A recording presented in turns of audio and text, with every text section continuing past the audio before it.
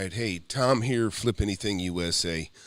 So on my channel, I show you how I made my fortune in real estate.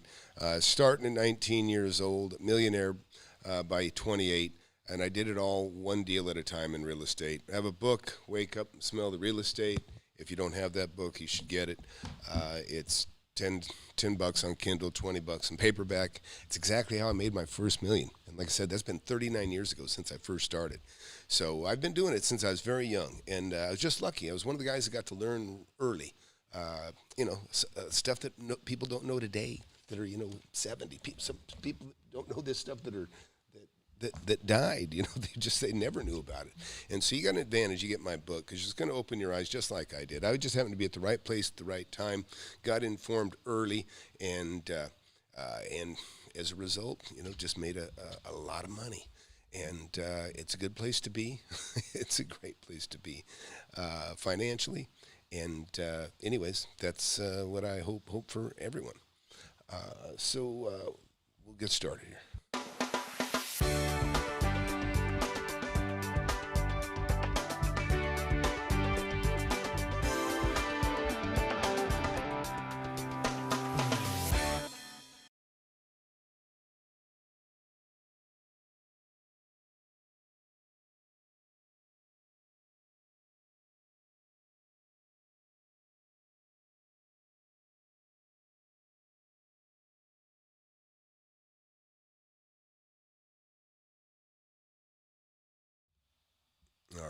All right, so I got the chat here. So it's interesting.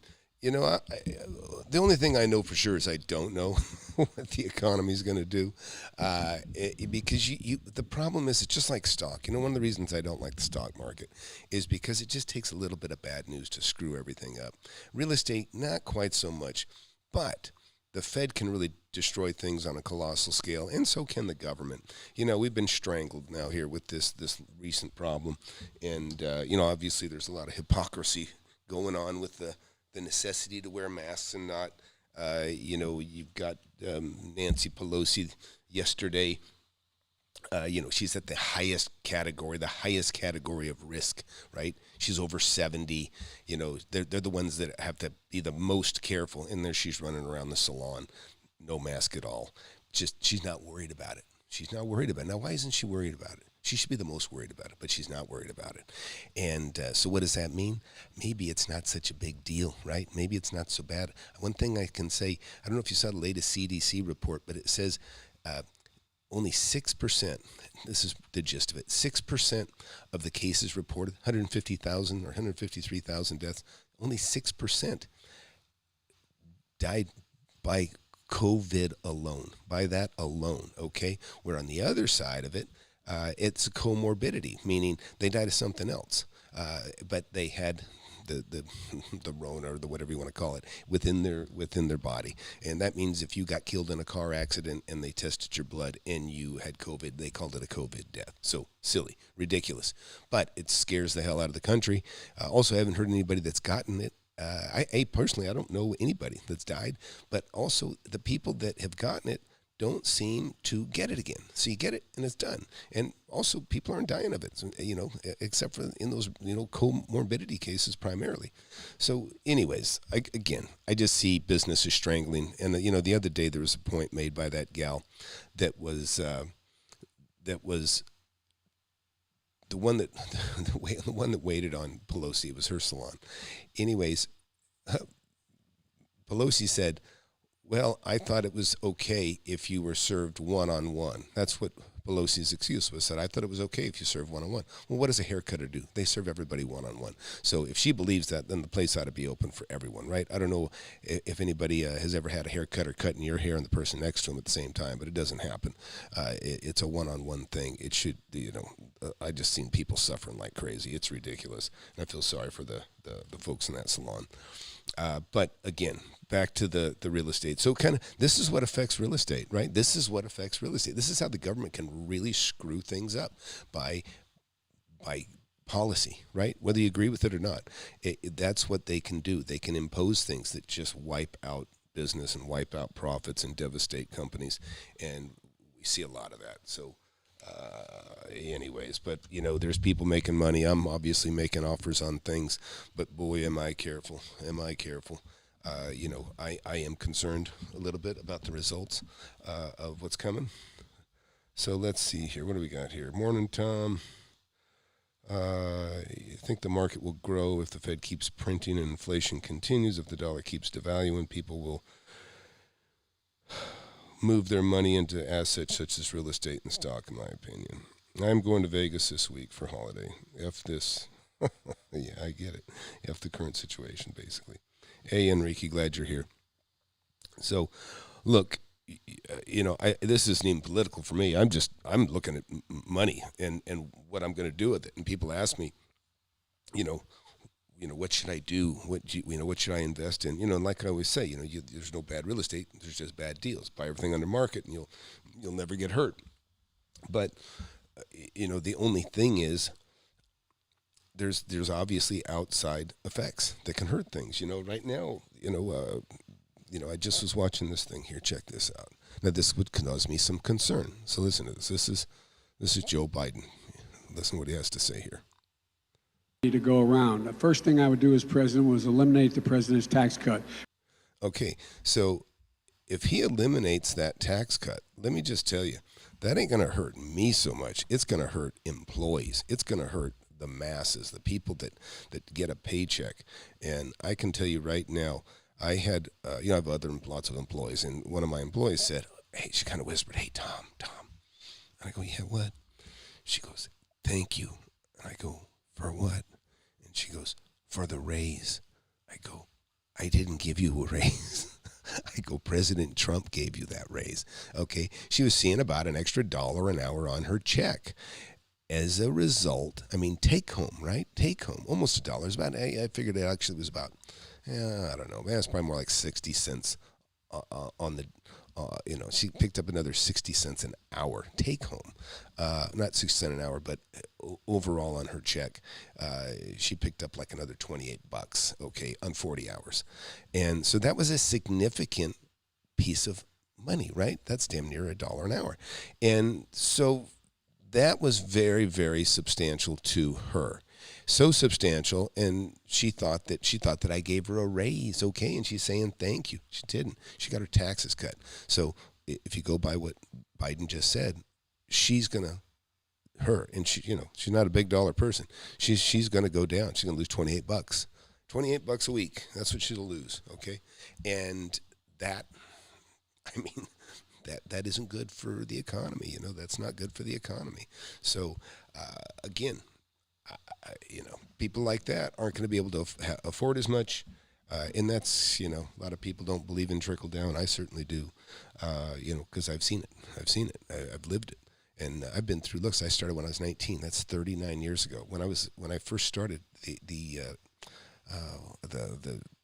interest rate was coming down from like 12, 13% for a house.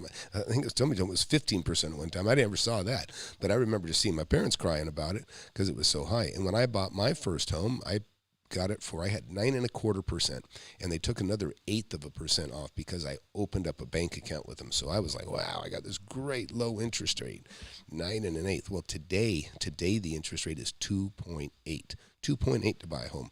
My daughter just got her pre-qual letter to buy a home.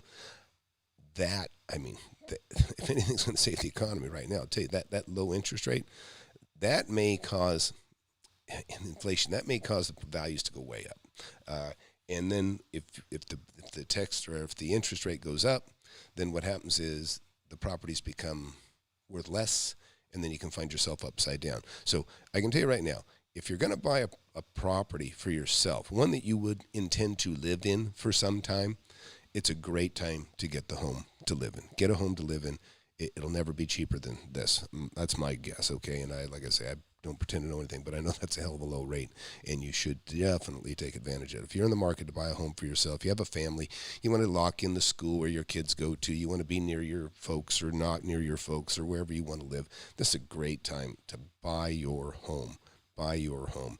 And, I would just urge you to do so, okay, to buy your home if if that's on your goal.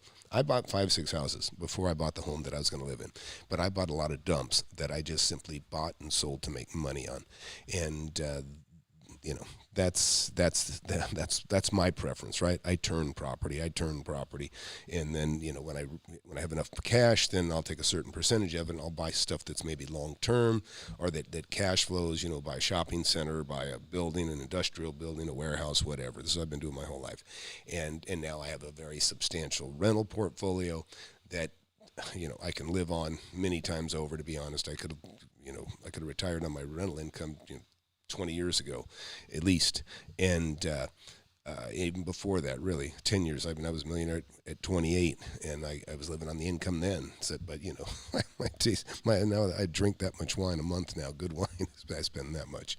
So let's see what some other folks have to say. And again, this is just business. We're just talking business. I'm not promoting any particular anybody. I'm just saying it is what it is. Okay, most people don't understand higher taxes will only hurt high-income earners. Yeah, no, I don't understand that either, okay? They higher taxes will only hurt, no, I don't know where you're getting that, Mark. Listen, like I said, the gal I just talked to, one of the gals that worked for me, the Trump's tax cut, if it was taken away, as Biden just said he'd do, it in effect would significantly hurt her income. Take $100 a month out of her check. And that may be nothing to you, but that's a lot. So let's keep going. Another one. He's also proposed to eliminate the 1031. Yeah. I don't know. That would hurt. Okay, that's when he's talking about eliminate the 1031 exchange. Okay, and that's really stupid. That's really, really stupid, because. And he's not going to. That's all bullshit. He even knows he's not going to do that. Believe me. The 1031 exchange. Okay. Well, I don't know. They do some crazy things. You get rid of the step up. You get rid of the 1031 exchange. People just won't sell. They just sit on their money. They just sit on it and be like, I'll just keep it. I'll just hang on to it. There's no incentive to sell, and you have to have an incentive to sell. Otherwise, people won't sell. Or you just have to lower the rate so much that it isn't a big deal. All right. Morning, Tom. Thoughts on the new moratorium on evictions from the CDC till the end of the year? Now it's not only for federally backed mortgages, but for those that own their property outright. I don't pretend to know everything. I'm not even quite aware of this. Moratorium. Let's see. Hey, I'm not worried about evicting anybody, to be quite honest. I think Grant Cardone probably is concerned. If he's got people behind in their rents, that's a problem. I know a friend of mine sold a huge complex during this pandemic stuff, and it was at 90 when he sold it. It's down to 70 now, and now that he doesn't own it. So he's very glad that he dumped those apartments. Okay, Nick Sakalas. Just take a look at what high taxes have been doing to New Yorkers. Oh, absolutely. So, yeah, this is, and really, Mark, I'm not sure. It looks like an Omega sign. Omega, Mark?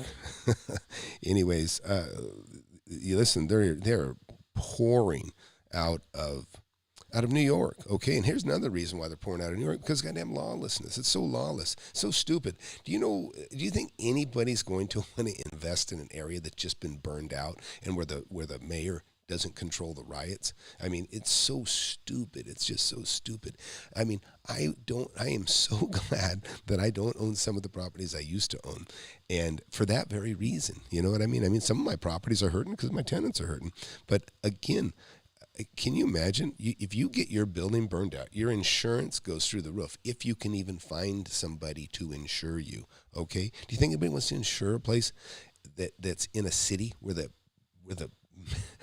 mayor refuses help, has riots out of control for 100 days? I mean, it's so stupid.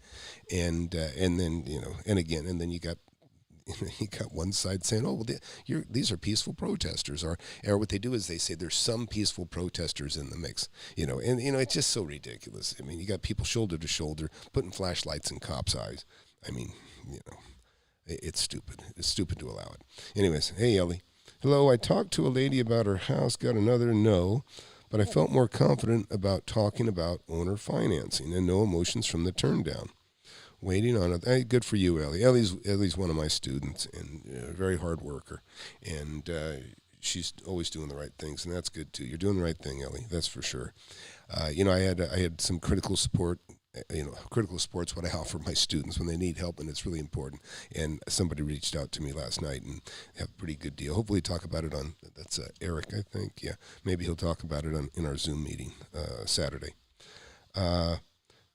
Okay, so let's see. Michael, LOL, I live in Cali, already proposing higher taxes and a wealth tax. We're losing residents fast. It's possible we will have a negative growth rate. Yeah, it's unbelievable. I mean, California, I used to live there. I was born in Los Angeles, okay? And I love California weather. I love the beach. I rent a beach house in Manhattan Beach every year and have for over 20 years. I really, really like it a lot there. That's about the only place I do like. Yeah, I mean, I like Mammoth. I go to Mammoth and ski. I go up in the mountains, and there's all kinds. I mean, there's no better property, no better real estate, I think, in the USA than California. Has it all.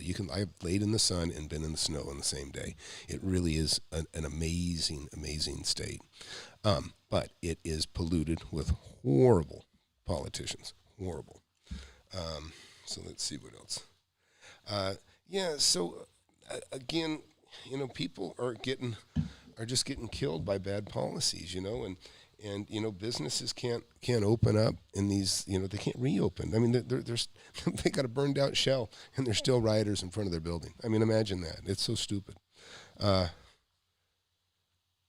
I don't think Trump is going to lower, but it wouldn't hurt. You got to remember, Obama actually raised it. Like right now, capital gains. Obama raised capital gains, and the way he did it is he didn't really add it. He added to it. He put what we call it the Obama tax, those of us that invest and buy and sell real estate. But there's another 4% added on. So now where we used to pay 15% long term, now it's 19%. Where it used to be 30% for 30% was long term, and it jumped up forward to now it's 34. And then if it's your short term capital gains, also they don't escape the Obama tax. That's another 4%. And hey, Anne Marie, you may not want to hear all this, but glad you're here. So, anyways, the bottom line is it's just policy. The policy that they put out has an effect on us, and I don't know anybody that's been damaged by the actions that Trump's made. I got to get a little air conditioning going on here.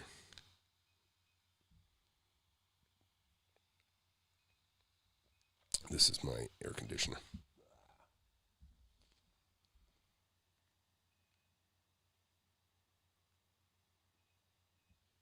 All right, let's see. One more. Sorry, folks, but I'm burning up. I need some air. All right, there we go. All right, so listen, we can talk about anything. We can talk about you can talk about what you feel. Who do you think's going to do a better job? Do you feel better investing if Trump gets elected, or do you feel better investing if Biden gets elected? Tell me your thoughts. What do you think, Anne Marie? Who do you think's going to be better for real estate values?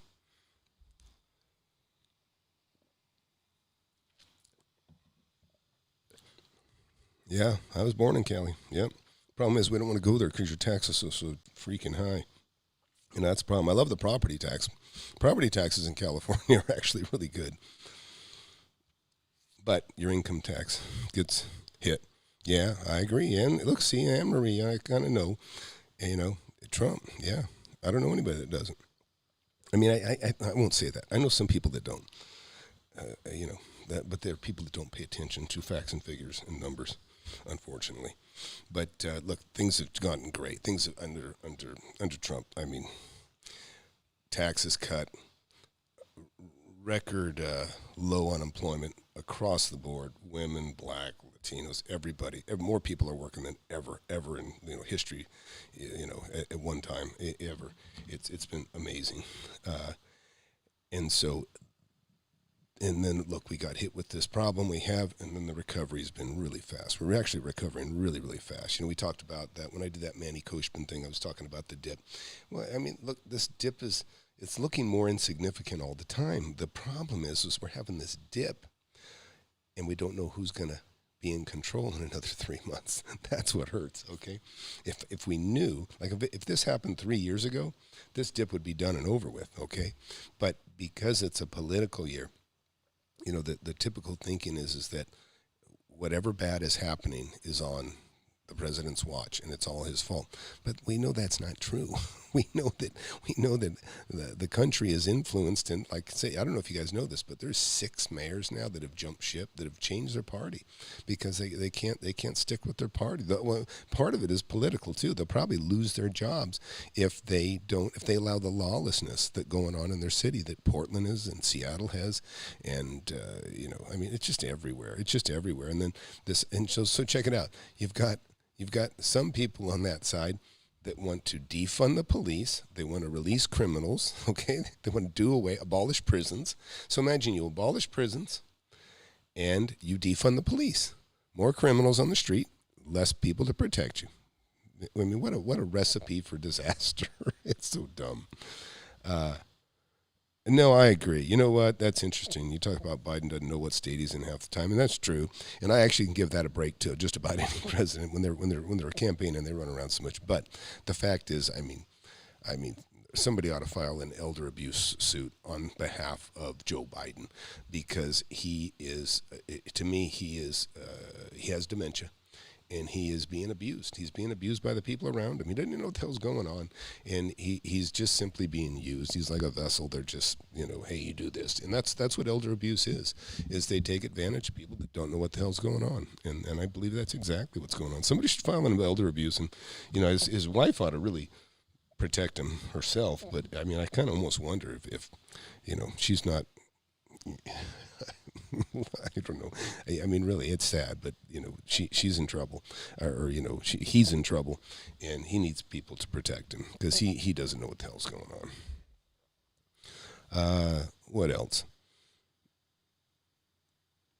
What about? So yeah, I know. So it's really weird, and this is what I see what's going on too. This just normally. With real estate, what I see going on since we've had this little pandemic is people are confused because the economy was roaring, everything was going great. And so now all of a sudden it's kind of in jeopardy. It plateaued a little bit, and now the interest rate's real low. And if you had decent credit and you do have a job, then it's pretty easy to get a loan right now because payments are lower.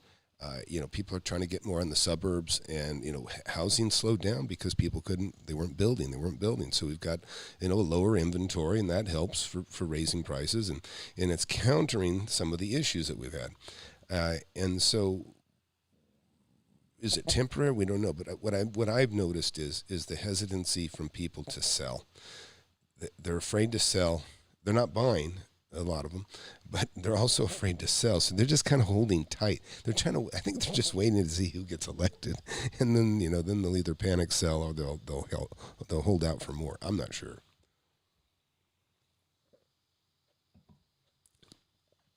But I don't know. Let's see what else we got here. Anyways, let's talk about some real estate. Who's anybody got a question? Anybody want to call in? I'll give you a number. You can call in here. This phone stuff. We can talk about anything. All right, I'm going to throw this phone number up here just for a little bit. There. Oh, and then I got to go pretty soon, actually. Jeez. Yeah, I may have to bail out of here quickly, but I'm here for now.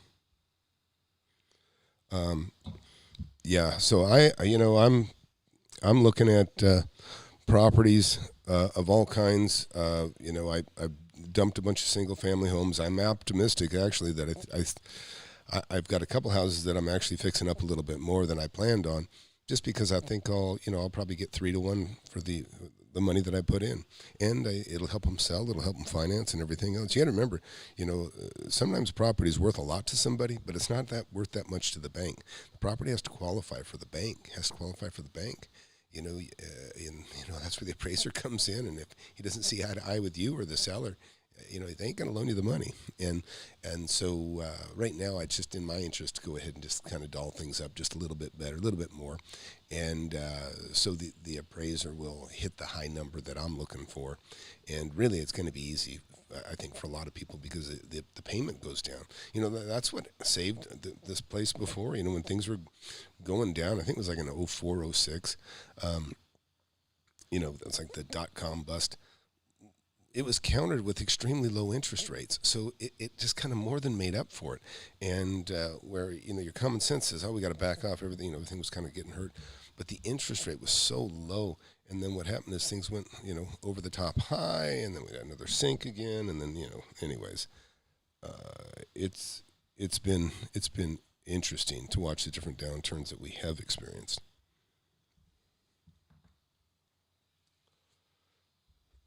All right, look at the chat here. Pull that back down here. All right, so I lost my chat bar here.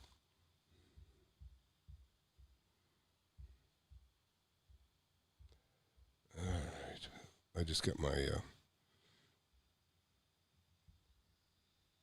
I just got the displays rearranged here, so I'm having a little bit of difficulty managing that. But anyway, so I'm starting to wonder.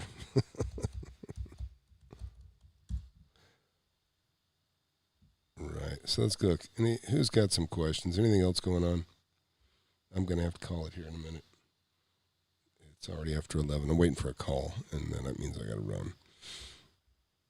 All right, cool. So, Laymanese, what are you working on right now?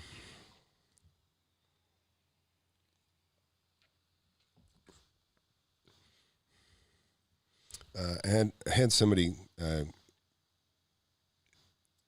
Okay, let's see. Rob's got some. Hey, Ellie, would it be better to negotiate a low price with a high interest rate, or a high price with a low interest rate in a seller finance deal? Okay, well, that's a great question, and it can go either way, to be honest. I had a guy that I'd offered him $320,000 for a 24-unit apartment building. And he said, no, my wife has got to hear. This is a UT, or not a UT, it was a university professor. And he says, I got to have $400,000. The wife isn't going to let this go unless we get $400,000. And I was going to give him like 7% interest on $400,000. Well, what I ended up doing is I said, okay, so I raised the price to $400,000, and then I put an interest rate like at 3% or something. It took 4%, right? So 4% on what was that purchase price? Yeah, I think it was that. That's right. I paid $400,000, so 4%. Yeah, so paying 3% on 400, or say, I don't know. I probably had a $50,000 down at least, so it would have been paying the difference of paying 3% on, say, $270,000, or paying 7% on $270,000 as opposed to 3% on $350,000. And when I did the math and went through it, and I think that's pretty accurate, it was far cheaper for me. I would have made much better, because I planned on holding it. I did. I held the apartments long enough, and I actually made money another way. This is pretty interesting too. So I held the property, and I made, it was worth way more than I paid. But ultimately, I sold it for $560,000. And then just before closing, the seller said, they were about to pay off everything, right? And I said, hey, by the way, I have a note that's assumable that you can take over, that I think I owed about, I'm guessing, okay, I don't want to lie to you, I'm just guessing. I said I owe about $200,000 on, but it's only a 3% interest rate. I said, if you give me $30,000 more here at the table, I'll let you assume this note, and you can hang on to your cash. And their eyes got big, and they go, it's a deal. And they gave me, so I bumped up, so I went from $560 actually to $590, because they gave me another $30,000 at the table, and I just gave them financing. And I've done that also on the other end, when I've had a property that I'm being paid off on, and I have the seller financing in place. I notify the people that financed the note originally, and I say, hey, I know I don't have to pay you off for 10 years, but if I pay you off in a month, will you discount 50,000 or some amount? And a lot of times they say, yeah, we'll knock off 50,000 if you'll pay us off 10 years earlier. I said, okay. Now I've already got the property sold. I've already got a profit. Everything's great. Well, now I'm picking up another 50,000 or so by paying off the note. That's going to get paid off in a month anyways. No matter what, it's going to get paid off. But before it gets paid off, I ask them, I say, hey, would you discount it if I pay you off? And then I get a commitment from them saying they will. Then I get a beneficiary statement saying they will accept that amount. And then that goes into the escrow. And then I pick up another 50. So I'm making another 50,000. Doesn't even quite show. So, it's cool. I mean, you still pay tax on it and that sort of thing. But the bottom line is, that's the power of getting financing put in place for your buyer. Let's see. I got some other questions here. No more buy and hold for me until I have real amount to sink in. Yeah, well, that's a safe strategy. Get the cash. Just get the cash. I mean, really, you can't get hurt taking a profit, and cash in the bank, is wonderful. Let me tell you, it's wonderful having cash in the bank in tough times. And we may be going into some tough times, right? And so I'm definitely keeping a higher percentage of cash in my account. Plus, I just got approved for a big line of credit, over $1 million, and I'm just going to have that handy too. So I've got I've got enough. I can go pay cash to the person I'm buying from very quickly, so I can make some really good deals. And that's what I'm going to be standing by for. I'm just going to stand by and wait for some really, really good deals. Okay, Philip, I love most of your videos. Don't know that I love your politics. Hey, I'm trying not to be political. I'm just trying to talk about the difference between the candidates. I mean, it can't help it if say one favors the poor and one favors the rich, whatever. And I think that's an exaggeration, but nevertheless, the fact is, there's some that are pro-business and some that are anti-business, and it's just a fact. And I just told you what I told you. I got employees that got a raise from the Trump tax cut. It's that simple. I don't know. Yeah, you could call this yeah, you could. It's fair to call this quantitative easing right now, but that's because of the pandemic. Before it was the economy. I think they should have let all those companies sink. Just let them sink. That would have been the best thing. Let's keep reading here. Could you explain what happens when people don't pay the note? In England, we just have mortgages with banks, not individuals. Bank will repossess here, but it is easy for individuals to do that. Yeah, we have the same rights. Yeah, it's the same process, whether you're a bank or whether you hold the note yourself, as an individual. You file foreclosure. And then they have a certain amount of time to, pay, or get to the court date, and then you take it back. I've never actually had to I've started foreclosure, don't get me wrong, but what you do is generally you can reason with somebody and just say, look, the banks, here's another difference, though. So I had a guy that owed me $240,000. He owed me 200. What did he owe me? He owed me $300,000. He owed me $295,000. He owed me $295,000, and he was paying interest only to me. I think 10%. I think it was $2,450 a month, and he'd been paying on it for years. Well, he got upside down on the property; it wasn't worth the same amount anymore. And I said, "Look, I got to get paid." I said, "I don't want to file foreclosure on you, or you can deed it to me." And I created a deed and said, "Just deed it to me." And so it's called. We refer to it as a deed in lieu of foreclosure, meaning I'm going to hand it back to you, so you don't have to foreclose on me. Saves the holder of the note a lot of time and money in having to foreclose on them, and it just saves a lot of hassle. And in that event, what I did was he just deeded it back to me, and then he found a buyer for the property after the fact. He said, "Hey, Tom, one of the people I was trying to sell it to wants to buy it now." And I said, "Okay, what do they pay?" He said, "They'll pay $240,000, I think." And he wanted to make some money out of the deal. And so I think I gave him $40,000. I said, "Hey, no problem." I said, and so I gave him $40,000, and I of the $240, and getting So I got cash, and so I sold the property. Basically, I sold it for $520, and then later on I sold it for $240. So I basically sold it. I ended up overall the $520 really technically is $480 now, but because I got the property back, but I resold it. I recouped $200 of the $240. It might have been actually $200 of $220, so it was right in there. But yeah, so getting financing in place is important. The foreclosure process is the same. I don't know how it works in England. I don't know why you guys aren't carrying notes yourselves. I don't imagine they could make that illegal. I don't know. But I mean, things are so screwed up in different places, including USA. Who knows? I heard right now that in New York, they actually, and this is like a local thing, and this is something for you to think about. I forget who.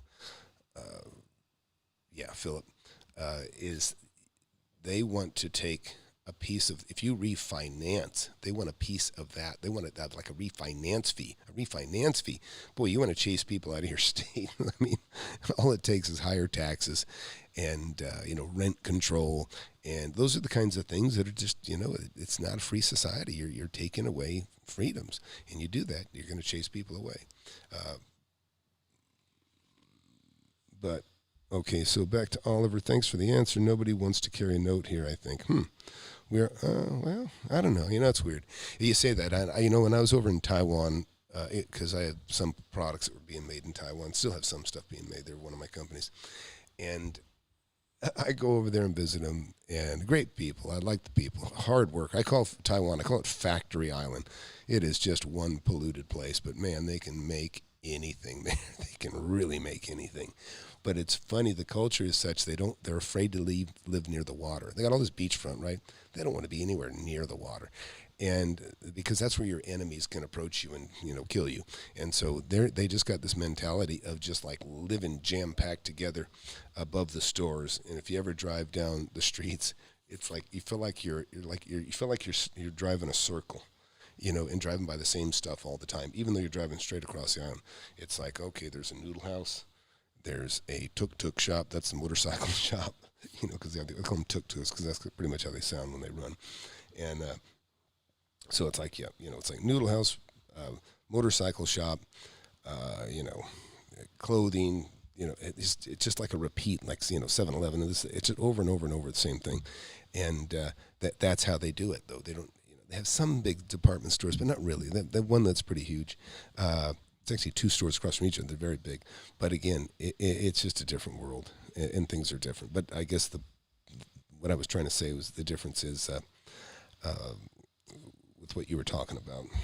Very similar, and just, how things are different.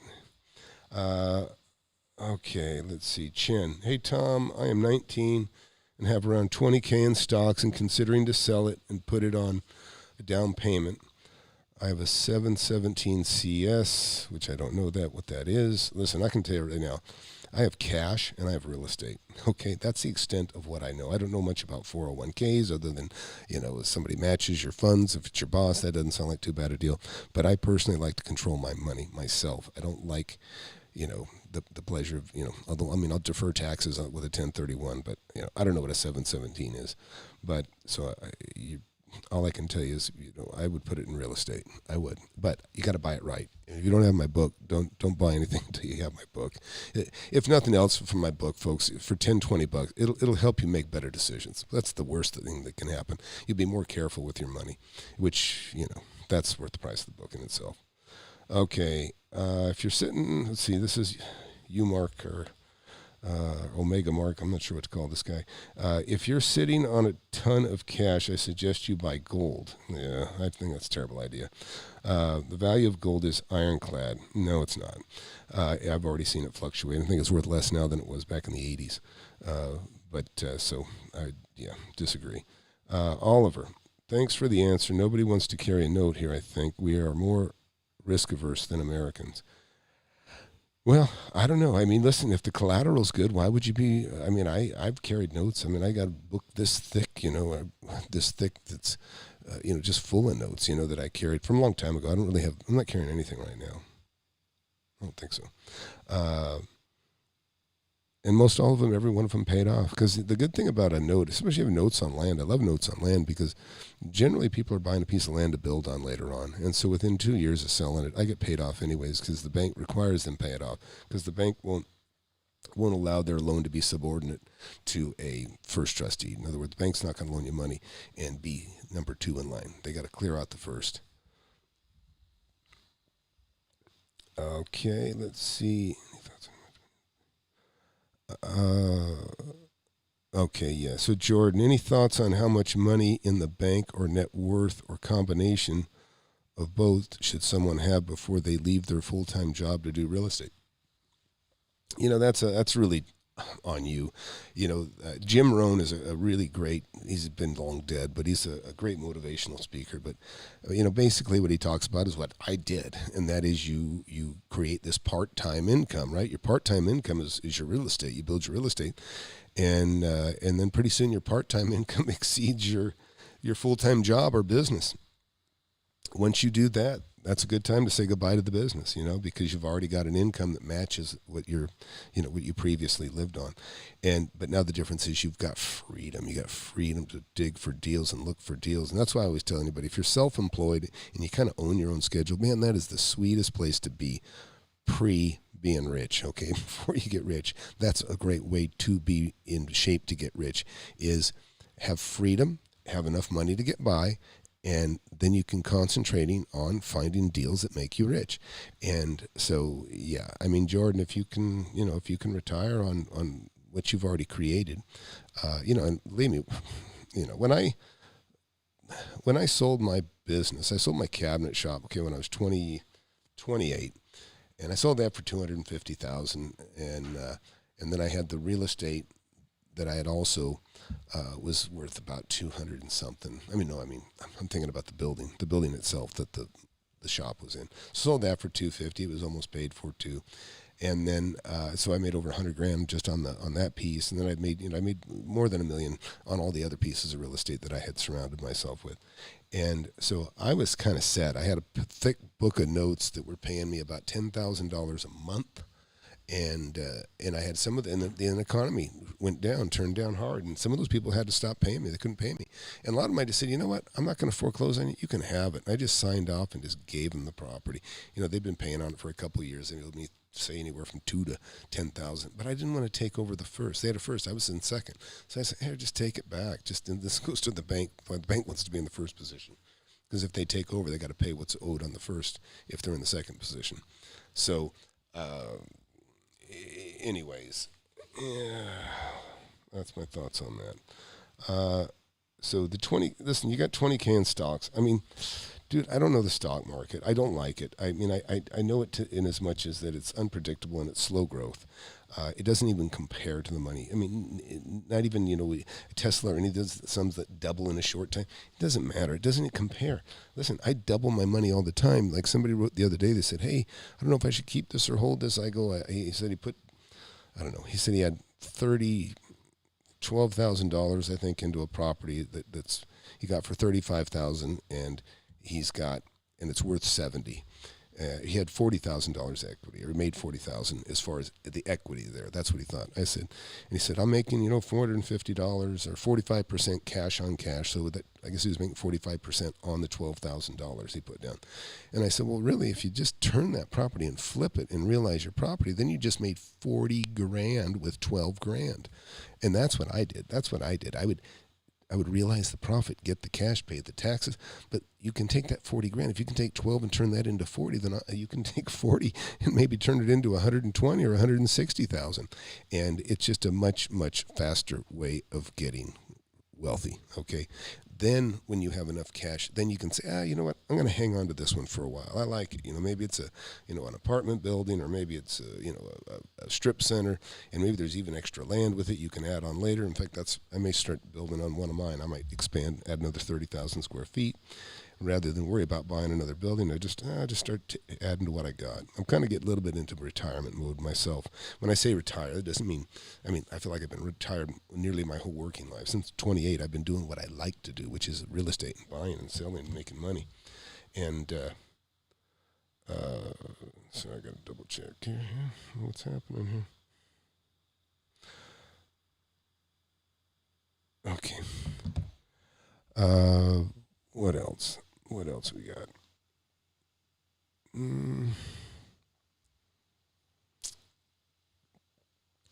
So, like I said, I don't know what a 717 is, Chen, but whatever. Just if you don't have my book, get my book. It'll give you a different perspective.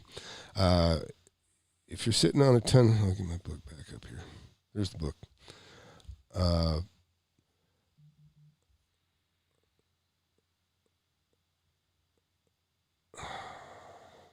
Okay, Mark's giving advice here. If you're sitting on a ton of cash, don't buy gold. Don't buy gold. Waste of time. I totally disagree. Let's look more here.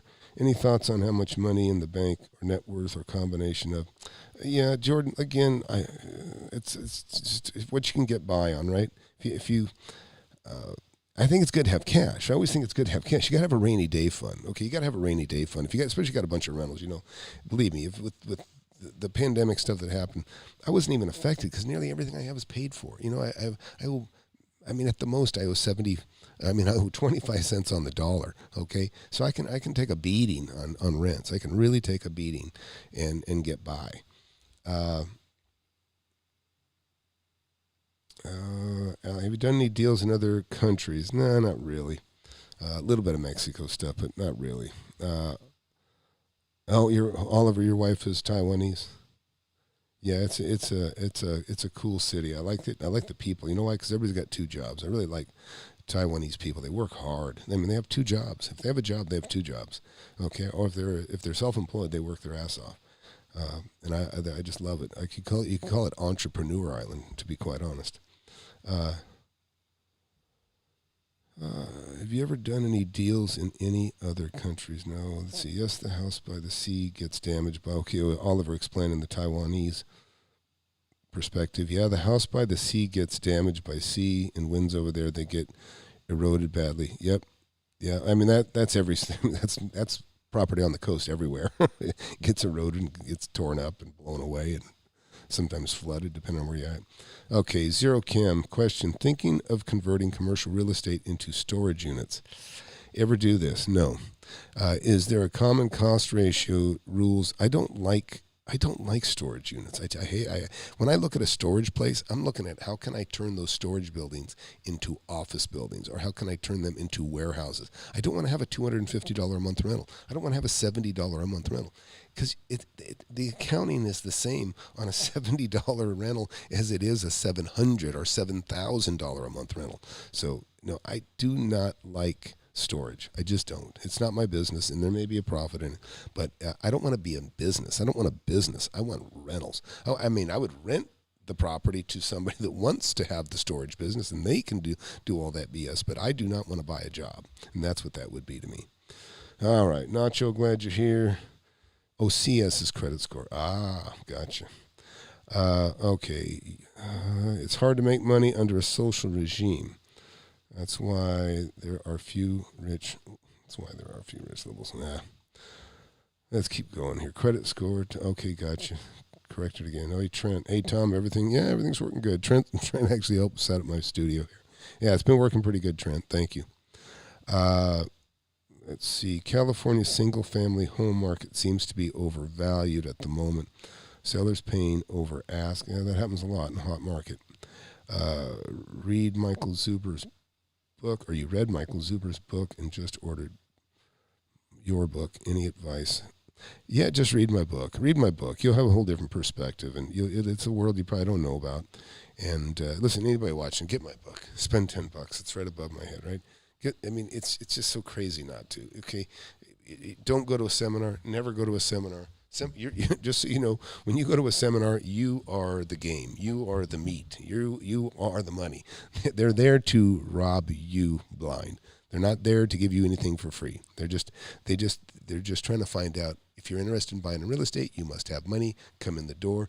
You're who we looking for.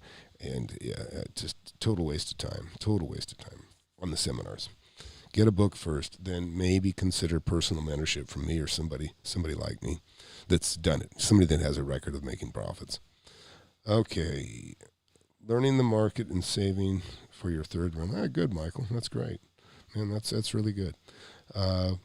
I mean, really, if you already got a couple of rentals, don't be afraid to flip. Don't be afraid to flip and take that cash. Believe me, if you can hold on to. Somebody wrote me the other day. They go, Tom. They go, you ever feel bad making a profit? Or, he goes, I wonder about the ethics of it. He goes, I'm buying something cheap, and, I'm buying something for $170. Or I said, I think he said he was buying it for $225, and it was worth $275. And he's saying, yeah, I mean, yeah, you can tell the seller, hey, I think you can get more. Go ahead. I mean, some of them are aware and they don't care. But some are, it's buyer beware. You could be making a mistake too. Because, I've had one property that I let go, meaning I gave it back to the owner. I deeded them. I just said, you know what, it's not worth it. I paid them $320,000, bought 80 acres for $4,000 an acre. And then the economy just tanked hard, really hard. And me and my partner together had $150,000, and it wasn't worth what we owed on it. And so I said, hey, let's just give it back. And so he said, hey, you know what? We ain't going to make payments on it anymore. We're just going to hand it back to you. And we deeded it to him. So that was my point with him. I said, so look, you feel bad that you're buying something for $225 that's worth $275. I said, okay, fine. How are you going to feel that after you buy it and it drops to $175? Then how are you going to feel? Okay, because I guarantee your seller's going to feel great. The person is going to feel smarter than you because they sold it to you before things went down the tubes, and they would be correct. So never feel bad taking a profit, because, I mean, listen, the real estate in general goes up. It will recover, but it can go down. Don't ever think it can't go down. And that's why I always say, flip it. Buy it based on what it's worth today, sell it immediately. And then when you get more established and wealthy, then you can play the game where you hold stuff. Okay, Jose, past returns don't equal future returns. Gold goes up. Yeah, agreed. Is it? Yeah, I can say I'm not the gold channel by any means.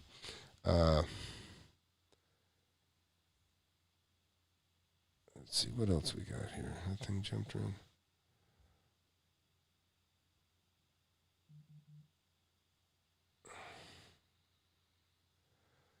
My phone's blowing up on rentals right now. People are calling on signs. I need to forward some of these out. Rui, yeah, that was me. I'm gonna flip it. Oh yeah, Rui, yeah, you're the one with the yeah. Yeah, good. Get rid of it. Rui's one of the example I was just talking about. He brought this up yesterday or the day before about having a property, put $12,000 on, and he feels he's got $40,000 equity. I said, go, just take the cash, realize the equity, and triple that. Just like you tripled your $12,000, triple your $40,000 now. Chen, you're not sure if you can get a loan. Well, do you have my book, Chen? Jay Chen, you got my book? Question. Yeah, buy gold. No thanks. Awesome. Never. Thanks so much, Tom. Zero Kim. I'm not sure what question I answered, but thank you. Sell gold 150 times in the next 30 years. Yeah. Good luck. I think you need to be in work when starting flipping, as even if you have a deposit to secure a deal, you'll need income. Yeah, well, I mean, it helps to have income, period. I mean, I always I tell my kids, get some skills. You're not going to just walk out there and flip property, I mean, and my boys just by osmosis could probably know a lot, by now, just because they've been around me so much. But they love stocks, and that's probably where they're going to be. They're going to be stocks. They really trade super well. Really, I'm proud of them so much. They're very, very good. They're 17. Invest in RV, SUV, or van. How you can live in peace and travel. Yeah, well, maybe for retirement that would work. Lemonades. I think you need to be in work. Okay, yeah. Yeah, I mean, look, everybody has different living standards and everything else. I have fairly low living standards, to be honest. I don't think I'm living the same way today as I did 30 years ago. I'm living in the same house I bought 30 years ago, okay? And, of course, I was a millionaire when I bought that house, so I got a decent place. But, again, it's the reasons you buy in a place are, you just want to raise your kids in one place. You want them to go to the same schools, and have the same friends and be able to do all the things that you get to do when you stay in one spot. I believe me, my parents were broke and divorced, and I bounced around quite a bit before I landed in the trailer park. And the trailer park, it was a lot of fun actually.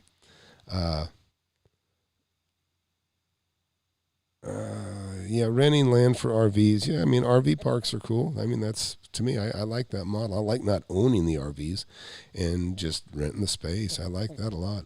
So that's kind of what I do with my food parks, right? My food trailer park. Let me bring this up here, make it easier. Oh, that doesn't work. Let's see.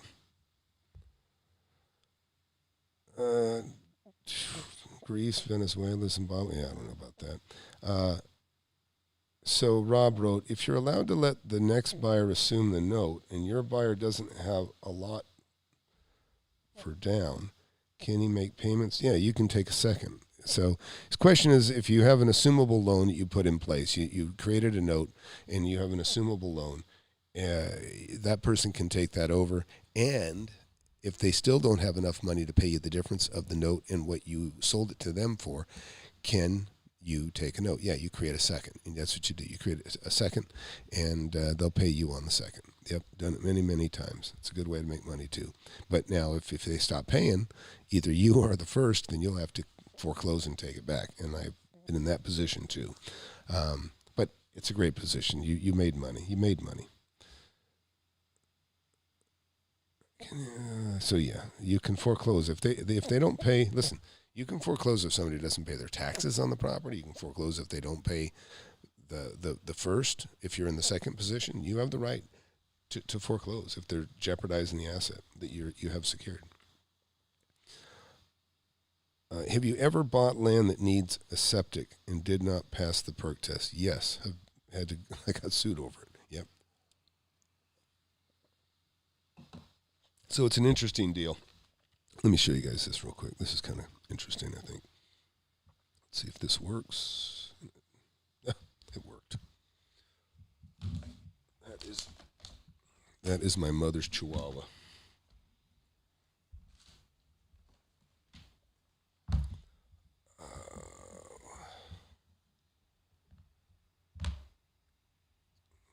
So on the perk test, it's a good question. Hang on. Everything's working great, Trent. Except, let me get this going. I'm going to show you about the perk test that he's asking about.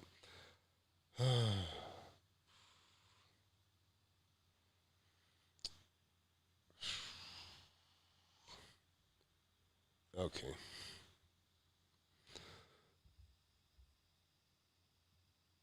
Okay, so let me make this a little bigger. You guys can see this okay. So what he's talking about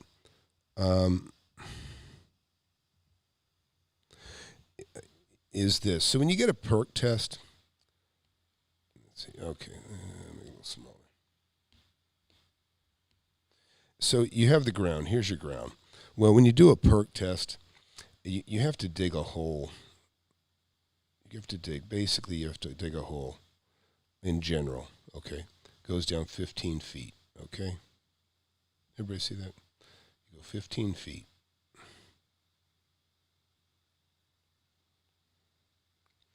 Then at the bottom of this hole, you dig a square hole again.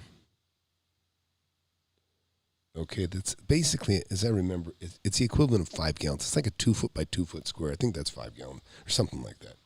So then what they do is at the bottom of that hole, and we'll do a superimposition here, okay? There's the hole at the bottom. You fill this, what they do is they pour this full of water, okay? That's water, okay?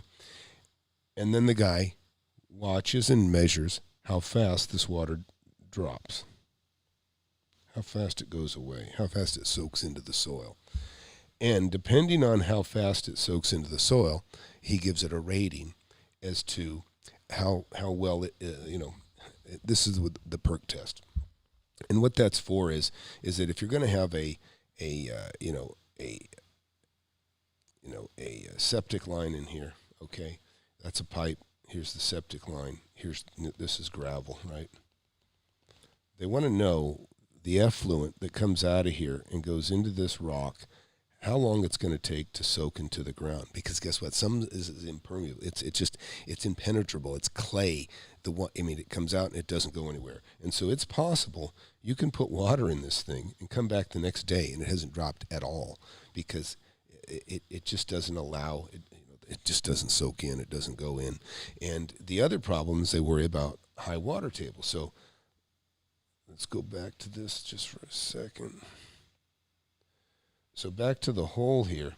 And I had a guy sue me. He sued everybody. He was an idiot, but I'll explain why. So what he did is, I had these lots. In fact, I'll even show you guys. This would be kind of fun. Everybody enjoying this? Just let me know. If I'm boring you, just tell me. Okay. Let me just.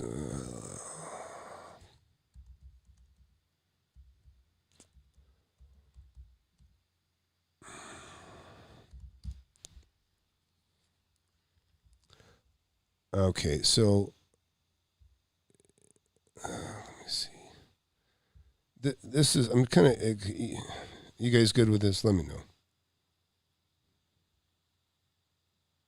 Okay, cool. Okay, Keith. Okay, well, Keith's cutting hair, so he can't watch. You'll see. I'm drawing a picture of a hole, basically, in the ground. So this is an area. This is Lake Elizabeth, okay? Now, this is an area where I bought all kinds of property. I made a lot of money here. I probably went through 60 lots. See these properties here? Yep. Lake Elizabeth water. Then up here on the hill, this is the golf course, see? Is the golf course still there? Yeah, here's the golf course, okay? Yeah, this is the golf course. This was part of the golf course. Maybe it's gone. I think they might have got rid of it. Oh, no, here it is, the golf club up here. Here's the golf course. Okay. Well, so, yeah, I'm getting mixed up here. It's been a while. God, that lake is dried up. There's almost nothing there anymore. So what they do is, because these are tiny lots. I mean, if you can, that's the lot. It's like 50 by 100. They're tiny lots. The biggest lot was like 7,000 square feet. And so what they worry about is the water level. And let's go back to my picture, because I've dug in these holes before I bought the properties. I dig, and sometimes you'd see water right there. I mean, it's already filling up. Forget about the hole down here. They're already filling up here. So I don't buy it. I'm not buying it. Well, I mean, you can even have water at 13 feet, and it can still be buildable, but it means the field has to get bigger and bigger and bigger, and if the lot's small, the septic field can't be that big. So it has an effect on what you can do. So, and this is important if you're buying lots, by the way, where you'd have septic tanks, and especially small properties are more prone to trouble for this reason. Well, so I dug the hole. I had a test. I had a perk test that had the rating, said it was buildable. Everything was cool. Well, this guy that I sold the property to was not very bright, and this is what he did. He had that test done on, and I can't remember which lot. It's one of these lots in here somewhere. You can see, see how there's lots everywhere. See how there's a lot between these. Here's a lot between these two places. There's like 10 times more vacancies here because I bought so many of these were vacant lots when I bought them, and I flipped them. Like there's lots right here all around this cul-de-sac. Just like you see these two here. There's 2 lots across from them, and all the way around this whole cul-de-sac. Some of it's too steep to build, but again, you do the perk test, and I mean, one time, and you find water, then you can't do it. Well, the golf course, and this is kind of my point, the golf course here in the area, well, they watered the golf course exclusively by sucking groundwater out of the ground. Well, we just went through 3 straight weeks of rain. So they didn't sprinkle, they didn't water anything because everything was soaked. Well, the ground was soaked. Well, this Dodo does his perk test. He does it like in between rains. And of course, the water is high in there. The golf course isn't sucking groundwater out to water the grass. It's been raining for 3 weeks. And so, there's water. There's water in here. And if he hadn't if he hadn't called for the test, if he'd just waited a week or two after it dried out, when they started watering again, like normal, none of that would have mattered. And so what happened is his perk test failed that he did, and I said, well, mine passed. And so I said, that's the deal. And so anyhow, but he sued everybody. He sued his agent. He sued his real estate agent. He sued my real estate agent, and then he sued me. And I was the last person to even deal with it. And I said, look, and what I did was I wasn't going to give him his money back because I was pissed that he was so dumb, and I didn't like his attitude. I didn't like being sued without talked to first either. So what I did was, let's just say I sold him this lot right here, and now he couldn't build on it because of what happened. So what I did is I said, I'll tell you what, I might give you another lot.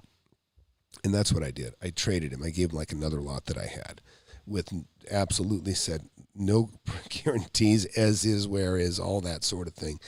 And what I did is I sold the lot next to the next door neighbor. And because that way they had a bigger yard and they didn't care about building on it. So it was no loss to me. I had a little bit of loss, but it was, it was a way of just, making it more fair to myself. So that's what I did. Let's go back to questions. And then let's see. I think I got it covered, right? Did I answer everybody's question? Oh, what do we got here? As usual. All right.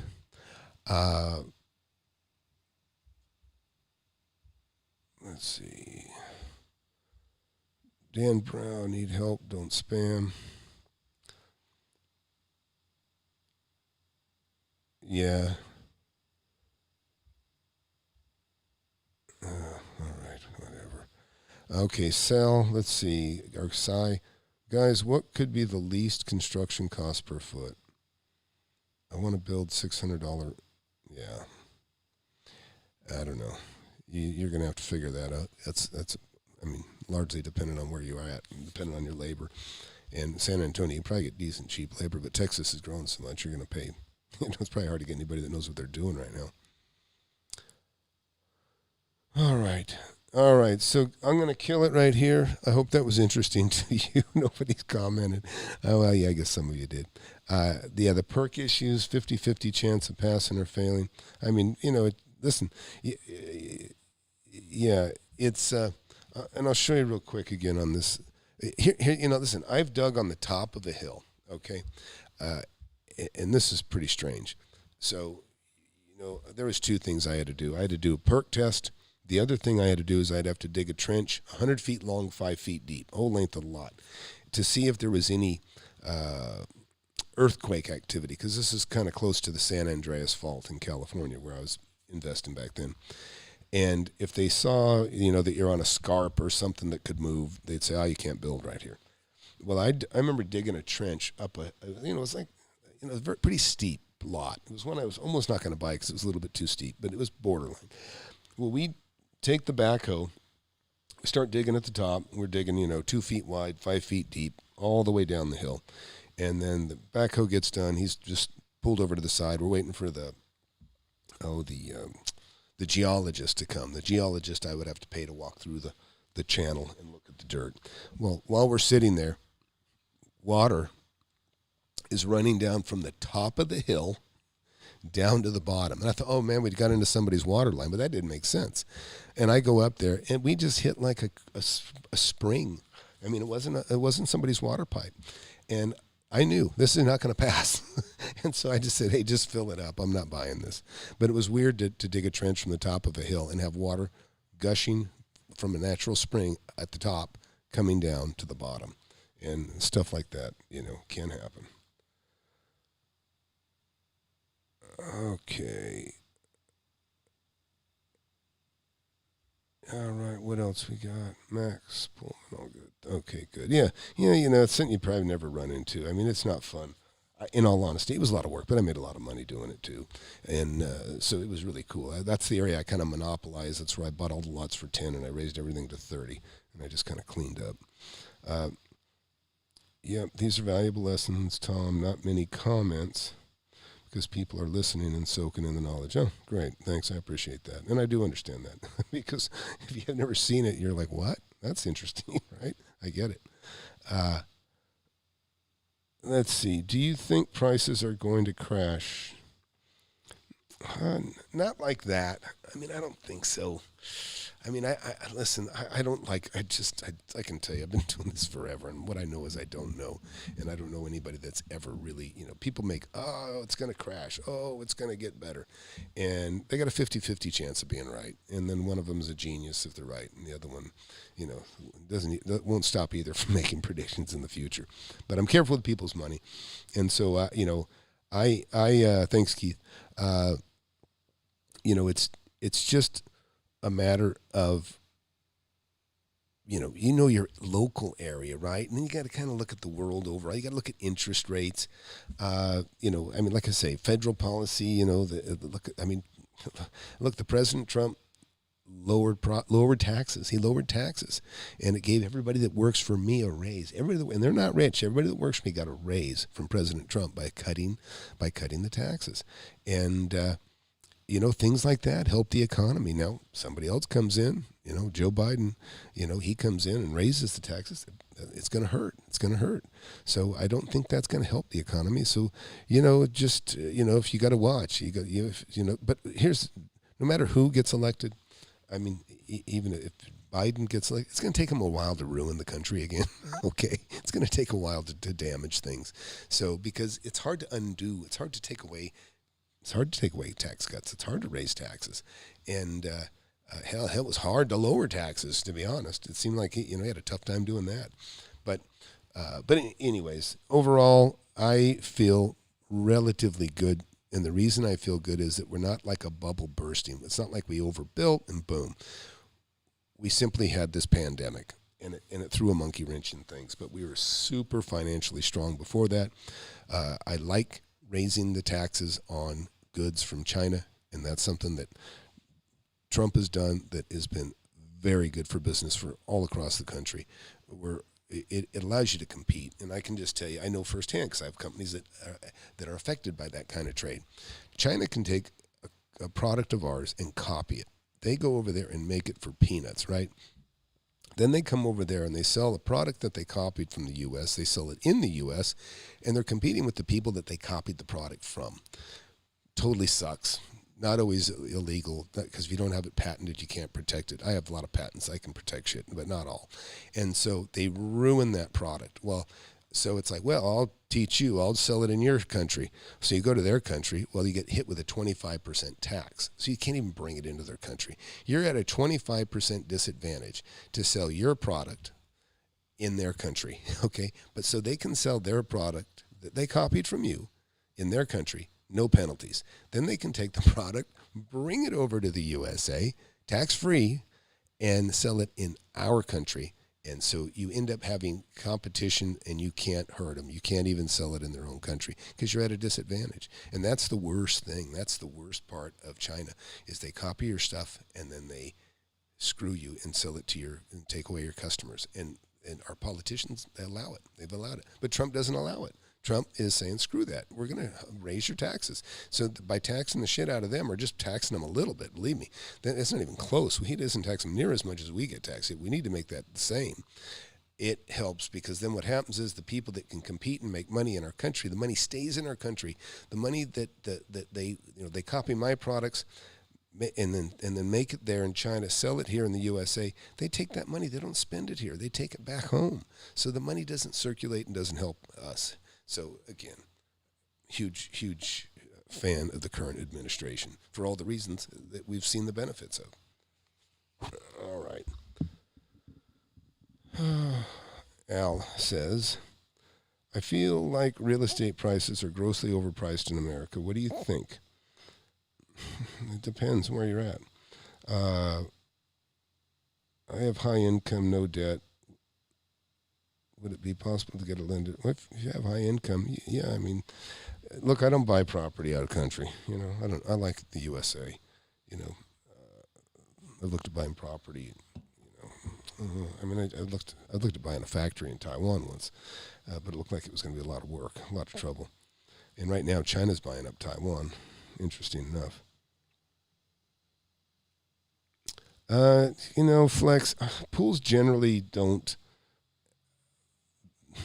I mean, whatever you spend on a pool, you're probably going to get half of that back when you sell it. I mean, in other words, you add a pool, it costs you $50,000 to put a pool in your backyard. You're probably only going to get $25,000 for the pool. It doesn't add that much value. I mean, it adds less than what it cost. But if you're somebody that wants a pool, and I just sold a house with a pool, and I really didn't pay extra for the pool. They don't consider it. I don't know why. It's one of those things that doesn't really get appreciated unless you really want a pool. Then it makes all the difference in the world. Yeah. Well, like in San Antonio, you've got dirt. In other parts of Texas, you've got rock. You can't even dig a hole with a shovel. You need a jackhammer to start. Or a rotohammer or what we call a rock hammer. That fits on the end of a backhoe boom. All right, hey, we've hit about an hour here, so I think I'm going to kill it. Always appreciate you guys tuning in and hanging out. So I'm gonna call it quits and see you guys tonight. I'll have Chris here. See ya.